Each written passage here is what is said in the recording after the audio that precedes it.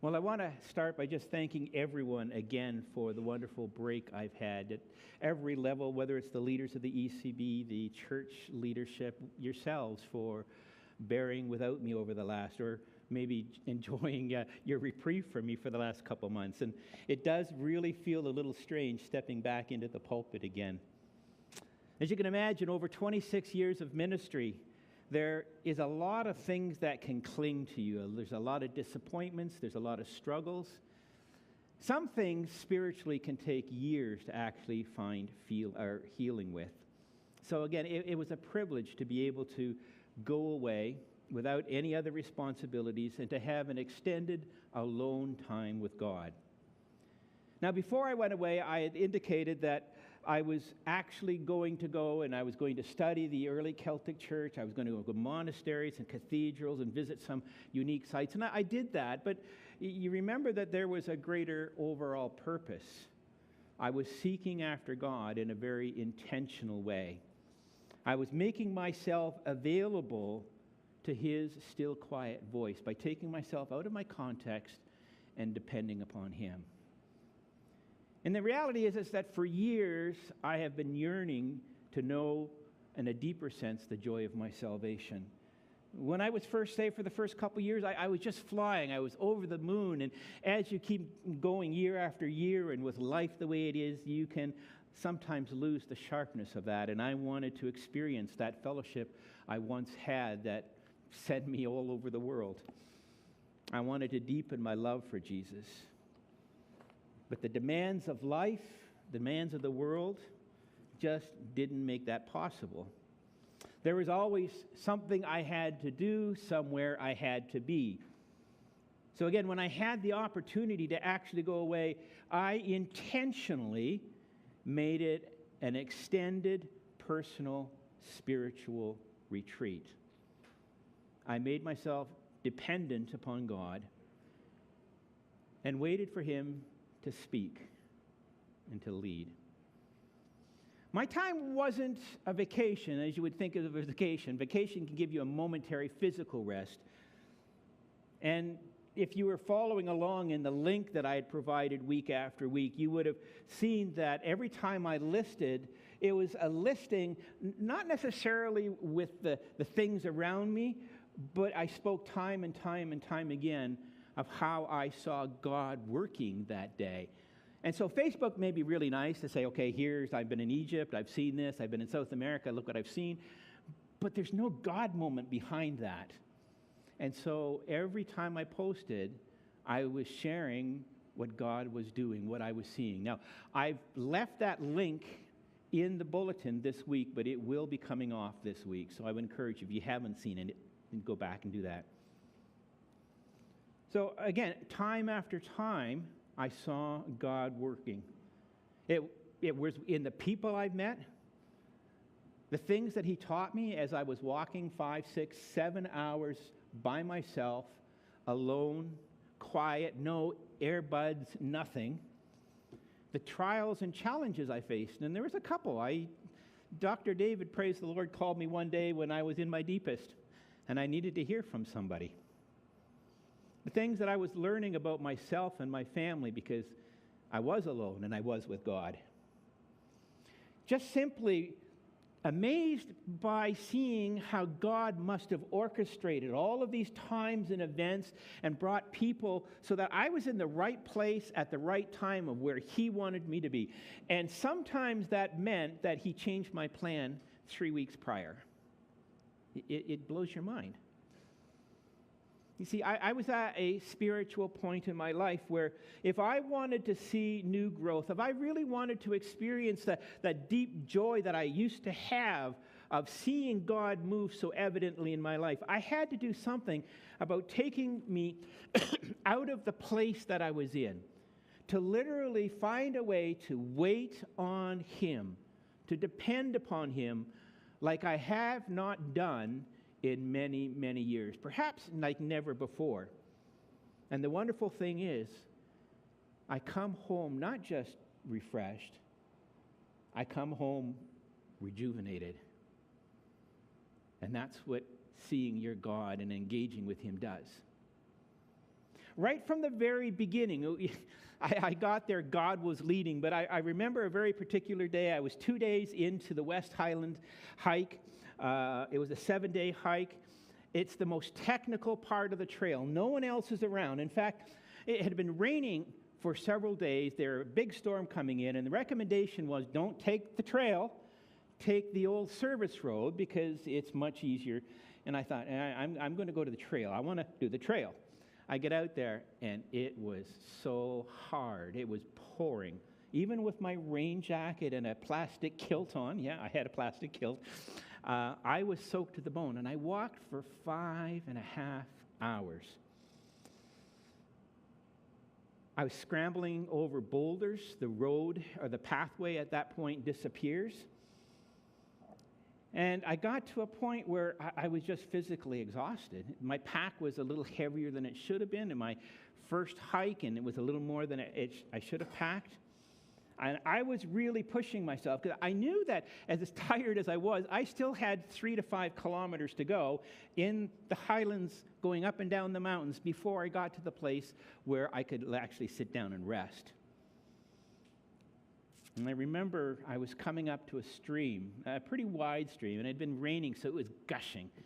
And I bent down to get under a fallen tree, and a branch caught my pack, and I fell flat on my backside in the water. I was just back straight out. If I wasn't wet at that point, I certainly was by then. And I remember struggling to get up, tired, embarrassed, soaking wet, thinking, God, are you really out here?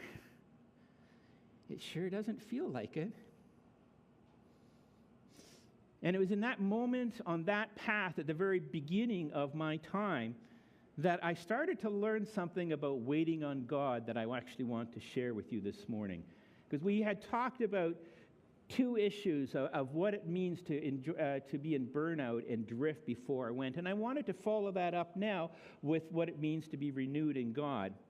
And so this morning, that's what we're looking at. Now, Isaiah chapter 40 is one of the greatest chapters in the Old Testament. It's written to a weary and exhausted people. They're in exile. They feel abandoned by God. They're wondering with every fiber of their being, has God simply forgotten about us? He's not evident anywhere. And into that weariness, God speaks some of the most breathtaking promises in the Old Testament. Now, we're going to actually look at these verses, and we're going to see 3 movements. The first is that there's an honest cry by the people of God, feeling that God is distant. And then we're going to see that there's a character of God and the promises he gives because he is not distant, despite whatever we may feel. And thirdly, this is where we're going to spend most of our time this morning. Thirdly, we're actually going to ask, what does it look like to actually wait on God?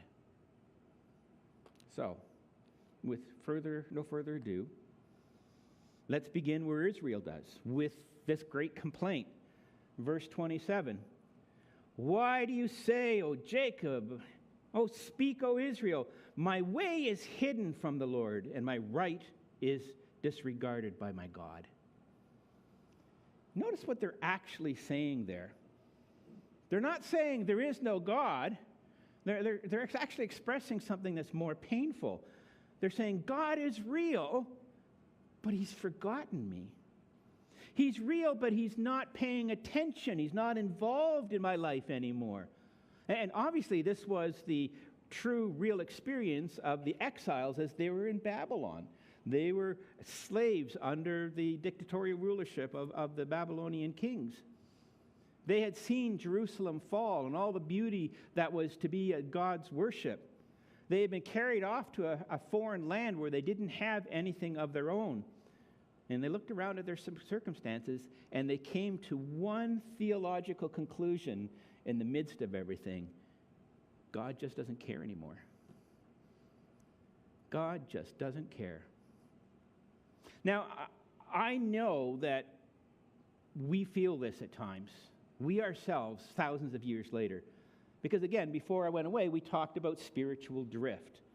how a soul slowly slips away from God in just the finest degrees of angle, so that we end off in a place that we're not supposed to be, with no joy in the Lord and a lack of communion with God. We talked about spiritual loss of enjoyment, where we read the Bible without actually eating from it or absorbing it. We pray without truly praying. And we go through the motions of faith, whether it is to come to church or do our best at home or at work, but there's really no warmth in our life anymore because we don't experience God. Isaiah chapter 40, verse 27, is what that drift feels like from the inside. It's not usually some dramatic collapse of our faith. It's this quiet aching that God has somehow gone silent. And I think many of us, all of us at one point, wrestle with this understanding, this degree, this shift. We sense that our walk with God is not all that it should be, that our communion, our experience of God is not just quite right.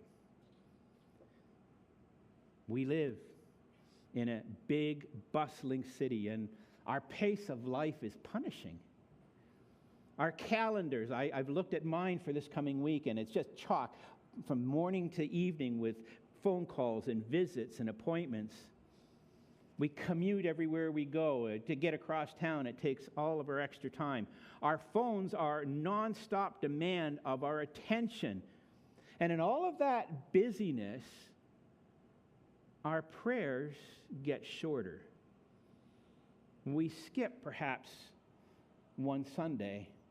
We'll say, well, it's just going to be this Sunday, and it's not really going to matter. But that then moves into 2, 3, and an extended period of time. And slowly we start to feel exactly the way Israel feels. God, are you really involved in my life anymore? Are you paying any attention to what's going on? If that's you this morning, if you're quietly wondering whether your prayers have ever been heard, let alone the last couple days, I want you to know that feeling is something that Christians for hundreds of years, believers in Christ and Yahweh, have felt for centuries. Because faithful followers in God struggle in the here and now with such a wonderful yet invisible God. We doubt our senses. We tend to lose sight of what's important, and we take our focus off God, and we start to lose our communion with God. But notice God's response, his answer to their complaints and ours, isn't a rebuke. It's a revelation of actually who he is. Look at what God says in verse 28 and 30. He does not say, he doesn't say, how dare you doubt me? He says, let me remind you who I am. Have you not known? Have you not heard? The Lord is an everlasting God, the creator of the ends of the earth. He does not faint or grow weary. His understanding is unsearchable. 4 things. He's everlasting.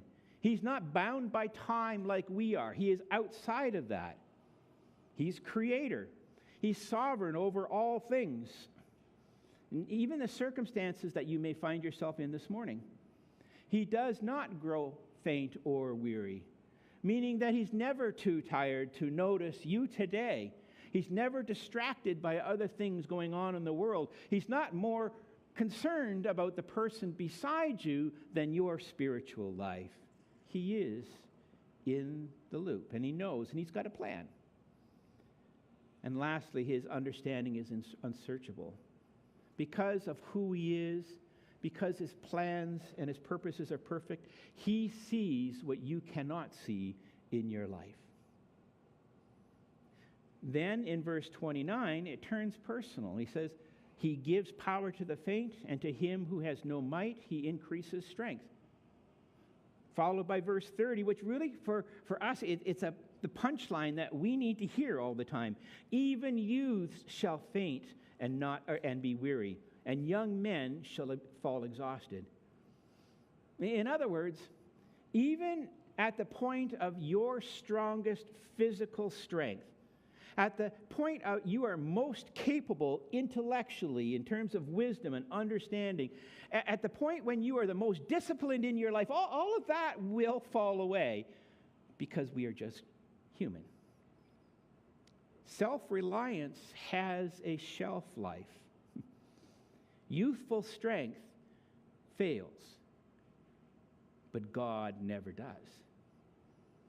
This is exactly what Paul in the New Testament discovered when he begged God 3 times to remove the thorn in his flesh, isn't it?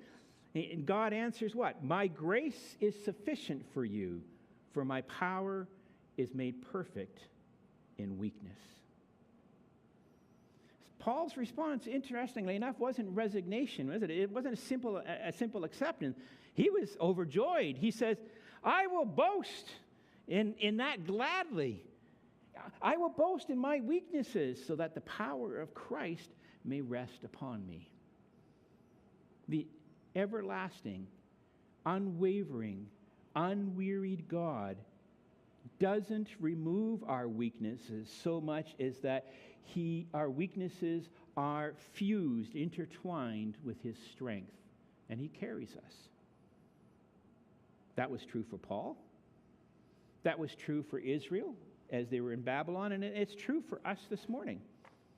So, what does a God who never tires, who sees what is hidden from us, whose grace outlasts even our strength, what does a God like that actually have to offer his people as a promise?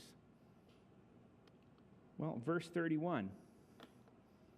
And we'll come back to the first part, but listen to these words. They shall mount up with wings like eagles. They shall run and not be weary. They shall walk and not faint. Three images that represent the full range of life of faith. Soaring, mountaintop moments where God has given us such amazing clarity and vision. Running and endurance to be able to do the things that need to be done faithfully, and walking an unremarkable day after day faithfulness in just living as he's asked us to do. And all of these really come together to say, you know what? The strengthening that God gives you is that we are empowered to do the impossible. In our own strength, we can't do anything, but in God's strength, we can do and match and succeed in anything God brings us to, because it is his purpose to have brought us here, and he will sustain us through this whole thing. So God is promising strength for all of us. Not just the highlight of a great moment, but in the daily grind of life. Every time we get in the car to go to work, every time we come home and our family is wrestling over something. Whatever struggle you may be in this morning, this promise is for you. God strengthens. He will give you the ability to do and to live as he's called you, in the moment he's called you, if you trust in him. But here's the trick. Here's the hook. Notice what it says. Not everyone is always going to be guaranteed this renewing strength. It says renewed strength belongs to those who do one particular thing. They who wait for the Lord shall be renewed in their strength. That's the hinge of the promise. It's the hinge of the whole passage. Everything, the soaring, the running, the walking, the being faithful day after day, the being strengthened, it's all tethered to this one word, wait. And I want us to be careful this morning about what that means, because so often we misunderstand what that word means. And it's dangerous particularly to those who are truly struggling and truly need to grasp on and seek God's direction. When we hear the words, wait on the Lord, we picture something passive, don't we? You're sitting in the waiting room for 20 minutes before you even get in to see a nurse or a dentist. You could be sitting there waiting for a light that just never changes. We're sitting there with our arms folded, just doing nothing, twiddling our thumbs. Now, if that was the meaning of waiting, then right here, we're talking about basically spiritual resignation, giving up, dressed up in spiritual language. It's saying, you don't need to do anything. God's sovereign. Maybe when he does something, when he wants to, he will do it. You don't have to worry about it. But that's not what the word means here. And the proof is right at the very beginning of this pericope or section that we looked at.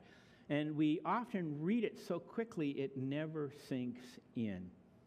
Look back to verse 27. What does it say? Why do you say, O Jacob, and speak, O Israel? Those are two names for the same person, right? But again, we read them so quickly, we don't catch that the reason they're there is to remind us of a story in the Old Testament that is going to bring meaning to everything. And Isaiah has quoted and said this for a very specific reason. So you remember way back in Genesis 32, the night before, he's about to face Esau. He's wronged his brother. And Jacob is expecting his brother to come and kill him. Jacob is alone at the shore of the Jabbok River, and a man comes up to him, and he wrestles. They wrestle all night. When the morning comes, Jacob is exhausted. His hip is out of place. It's been wrenched out because of the struggle. But even in that situation, in that condition, injured as he was, exhausted physically as he was, he would not let go of the stranger. And in fact, he says, I will not let go unless you bless me. And then the man says, I'm going to change your name. No longer shall it be Jacob. You shall be known as Israel, because you have striven with God and with man and have prevailed. So that's the story of the name change between Jacob and Israel. And it should ring bells automatically as we see these names juxtapositioned at the very beginning. This is not a passive acceptance of situations around us. This is not a calm resignation. We're talking about waiting, we're talking here about wrestling, about contending with God, refusing to release your grip on God, even when you're hurt, when you don't understand what's going on, when the night, the darkness just seems to continue on and on and on again, and you cannot see or hear God. So when Isaiah addresses the weary and exiled people, and he calls them Jacob, and he calls them Israel, he's deliberately conjuring up that story, and he's applying it to them. He says, look, you are now that wrestling people. You are the ones who must now cling to God, even if you're wounded, even if you're hurt. I know you're in exile, but in your weariness, you must cling to God. It's the same commitment that Jacob had back at the border of the Jabbok River. This is the waiting for the Lord. This is the meaning here in the text. It's not idle patience, doing nothing. And the original word actually carries the sense of eagerness, of expectation, of actively waiting. And it's like a soldier on the rampart. He's tense. He's got everything ready, and he's looking out to see who's coming, or he's looking out to the watchman. It's about having everything ready, leaning forward with expectation, rather than leaning back relaxed. So waiting faithfully, waiting biblically here, is an action of faith under pressure. It's Jacob's grip on God at the Jabbok. It's contending. It's not coasting. And this connects directly something that the author of Hebrews tells us in chapter 11. Because without faith, it is impossible to please him. For whoever would draw near to God must believe that he exists and that he rewards those who seek him. Waiting is what it looks like when the answer has not yet come. And yet we are reaching out with our hand in great expectation that God even now is about to do something wonderful. Now here, before we go any farther, I want to slow down, because this point is something I think we really need to hear this morning. If any of you are in a season of life where your faith feels like wrestling with God, if you're in a season of life where your faith, it just says, I don't feel God at all. If you are dealing in a situation where it's not a peaceful trust anymore, it feels like you're always gritting your teeth. You're always having to stretch yourself just to understand what God's doing. You're aching from being in the middle of that battle. I want you to know that you're not alone, and that you're doing something that Jacob himself did at the Jabbok River. You're doing something that the exiles in Isaiah 40 were called to do in waiting on God. Now, I'm sure you're not thinking that necessarily as your soul feels empty and you don't have any affection for God, and as you wonder even if God has heard any of your prayers, whether that is actually living a life of faith. I want you to understand that that is exactly what you're doing. You're wrestling with God. You're contending with God. You're waiting on God. Wrestling isn't the failure of faith. Wrestling can be the very substance of our faith. So let's be honest about what that wrestling can include. It can include doubt, and I mean real doubt. The kind of doubt that keeps you awake at night and wonder if God is alive. Wonder about your own salvation. Again, wonder if he has heard your prayers, because this situation is so dire and so terrible, you are overwhelmed and anxious. It can include complete exhaustion, not just physical exhaustion, but spiritual exhaustion. There is a soul-sucking emptying out. There's a weariness in your life spiritually. And you just don't seem to have anything to give to God, to reach out. And yet you continue to watch in silence. And if you're honest with yourself, it can include something like anger, frustration with God for being in the situation that you find yourself in. Why is my way hidden from you? That's not an easy question to ask God, is it? Why, God? And yet, that's exactly what they call out. There's an edge on it, isn't there? But notice, Israel doesn't tiptoe around the question. They just cry out to God. They're bringing him their raw complaints. And Scripture doesn't rebuke them for that. God's response, it's not, how dare you? Don't you remember everything I've done for you in the past? How could you ever think that I would abandon you? God's response is a quiet reminder of who he is, his covenantal loving kindness, and the very character and nature of who he is. And he calls them back to that place where their ancestors were before. Remember Jacob, who became Israel, and the wrestling that happened, and the blessing that came? Come to that place and find blessing. So if you're in one of those places this morning of darkness, of real doubt, know that this could simply be the outworking of your faith. It is your wrestling with God.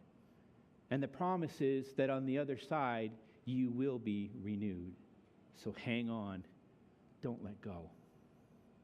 And I think many of us have to hear that this morning because, again, we live in a city and a culture that has no category for this kind of waiting, does it? Waiting is simply sitting there twiddling your thumbs. Excess time you can't be productive in. We're told to optimize, to produce, don't stop. Don't be still. Keep going. And the pace of life encourages us to do anything else but wrestle with God. Our devotion in the morning is probably now simply opening a Bible, rambling in the middle, and trying to get 2 minutes in before our next meeting. Our prayer time may be on the highway, and we come to a stoplight maybe in our neighborhood, and we utter up a quick prayer to God. Everything is reduced down to a minimum. We're not to wait on God. And here's the thing. It's not usually outward rebellion. It's neglect by exhaustion. We're too depleted, too hurried, too overwhelmed, the tyranny of the urgent, to even get to the point where we understand we need to be wrestling with it right now. We need to be wrestling with God. And so that's where drift starts. And it starts moving us away, and we lose that communion, that intimacy that we talked about a couple weeks ago. That ship that moves off of course just a few small degrees ends up taking out one of the most important bridges in the Baltimore area. Waiting on the Lord, then, is actually countercultural. It says, I will not let what we have to say is, I will not let the pace of my life, I will not let the pace of my world around me dictate my heart towards God. It will not dictate my posture of my soul towards God. I will prize Him over anything else, and I am prepared to wrestle for that. I will make space to contend, to seek, and to hold on to God, even if I'm exhausted and broken. Now, during my sabbatical, I didn't necessarily have too many mountain high experiences. There were a couple. There were some really important things that I treasure. But what I wanted and what I got was a daily, smaller discipline of asking, God, where are you leading today? And then simply paying attention. Sometimes it meant I would literally walk for hours and not see anybody, but I would be thinking about the scripture I read that morning. I was contemplating God. I was whispering quiet prayers as I saw pheasants go up or something. And so many days I met people and had conversations with that were unplanned. People that God brought into my path. Now, if you were following in the link that I had, one of the ones that really stands out, I was 2 days into a 7-day hike. Beautiful day, but at the end of it, I was exhausted. It had been 24 kilometers. And there was a football game on, and I wanted to watch the soccer game, but I couldn't get it. So I went downstairs to the pub area while I waited for my table to go eat. And I just bellied up to the bar and had a soda and just started talking. The guy next to me, his name was Andy. He was a war vet from the Falklands. He was dealing with PTSD all his life. So he's my age. I remember the Falklands. I was 18 years old, which, by the way, is the war between Argentina and Great Britain, if you didn't are aware of that. And here's the thing. I sat down, and as I always do, is I'm starting to talk to people. Hi, I'm Pastor Kevin. I'm here in an extended time of just walking and getting to know people, experiencing your culture. But I didn't even finish that sentence. As soon as I said, hi, I'm Pastor Kevin, he broke down weeping. I just stood back for a second. I didn't know what was going on. And as he started to calm down a little bit, I just continued and said, I'm a pastor in a Chinese church in Toronto. And he literally started to bawl. We're in a pub. It's jam-packed with people watching the soccer game. And a man starts to cry in front of me when I'm telling him I'm a pastor in a Chinese church. You see, his marriage wasn't doing well. And his wife is a lovely Chinese Christian woman and an elder in their church. And God had placed me before even saying anything, and his conscience was pricked. And we stood there for about 40 minutes just talking about an encouragement of what it means to be saved and how do you know. And at the end of that, I prayed in public with him. It was wonderful. And if you've read that story, you know that there is a byline at the end and it says, you need to ask me what happened after that. And here's the reality. I'm going to tell you now. My table was ready. So I go over to the table, I sit down, and I am just euphoric. It was wonderful conversation in public, how you can be assured you're saved. And I am just literally flying high spiritually. And I sit down, I decide what I'm going to have for supper, and I start looking at the few other tables that are in the dining room. And for whatever reason, there's nothing particular about what they were saying, how they were reacting. My focus just went to a table about 15 feet away.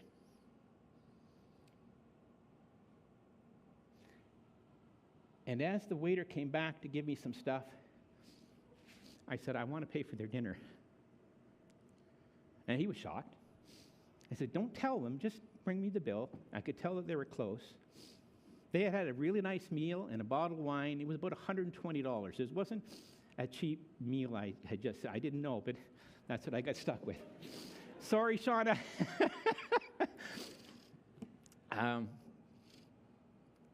As he was bringing the bill to me, that other guy, was trying to pay the bill.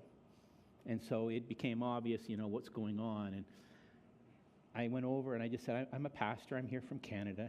And I just wanted to bless you. I felt so overwhelmed from what had just happened before that I wanted to pass it forward. I wanted to share that. And they just stopped.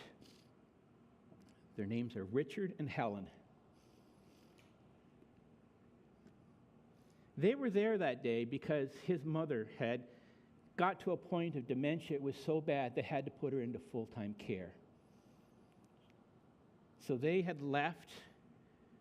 They lived 3 or 4 hours away. They were there that whole day going through the heart-wrenching, emotional action of putting his mother in permanent care.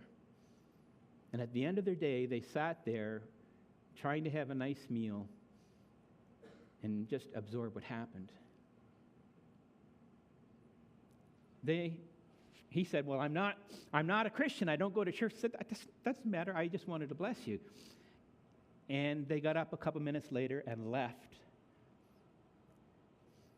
They weren't out the door more than a minute, and she came back in, grabbed me from around the back of my neck and hugged me and said, you don't know what that act of kindness meant to us today. I never got to share the gospel, but a stranger in a very public place hugged me and thanked me for the overflow of grace that I had been experiencing that day. Richard and Helen. Now, don't get me wrong. I had some challenging days. I had some really tough times. At one point, I had to change my agenda altogether. Weeks of training and practice went out the window, and I had to make a hard pivot. That's when Dr. David became so helpful. But even in that situation, and in everything that followed that was completely different than I expected, God's hand was so evident, because I never would have met Andy. I never would have met Richard and Helen.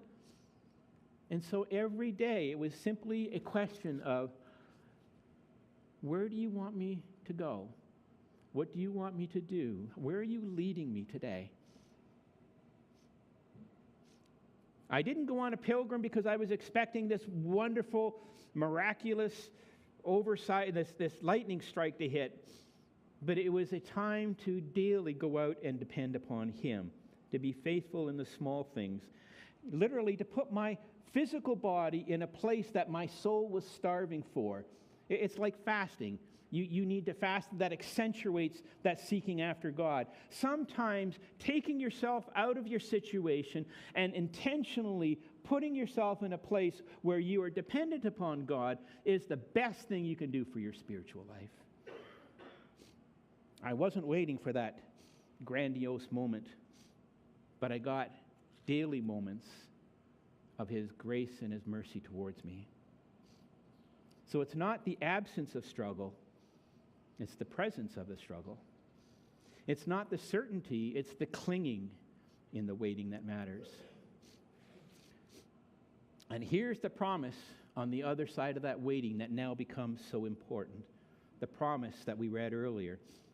Those who wait for the Lord, who wrestle and hold on, who refuse to let go, even when the night is still dark and they feel most hurt, you will be renewed. It's not because waiting is magical, but because God, the God we're waiting for, is the everlasting God.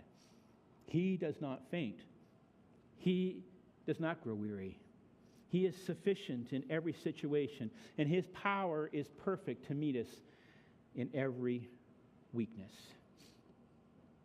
So if you're here this morning wrestling with your walk, if you're tired, if you're doubting, maybe even a little angry to the Lord for the situation that you find yourself in, I want you to know beyond a shadow of a doubt, you're simply wrestling and waiting on God.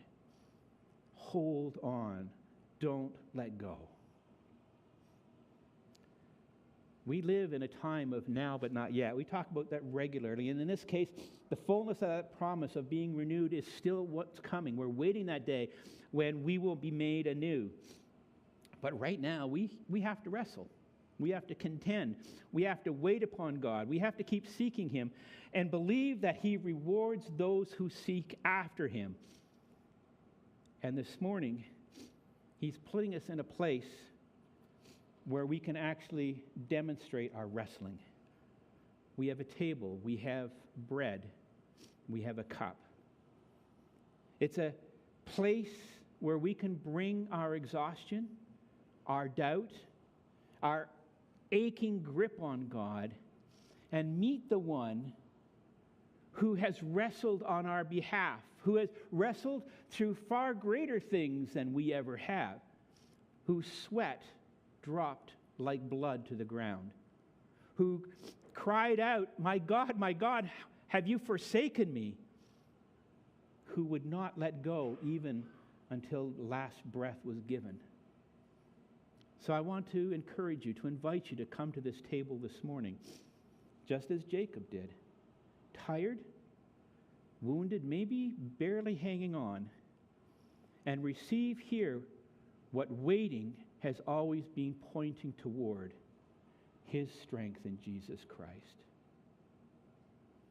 I'm going to ask those who are serving the communion, please come forward.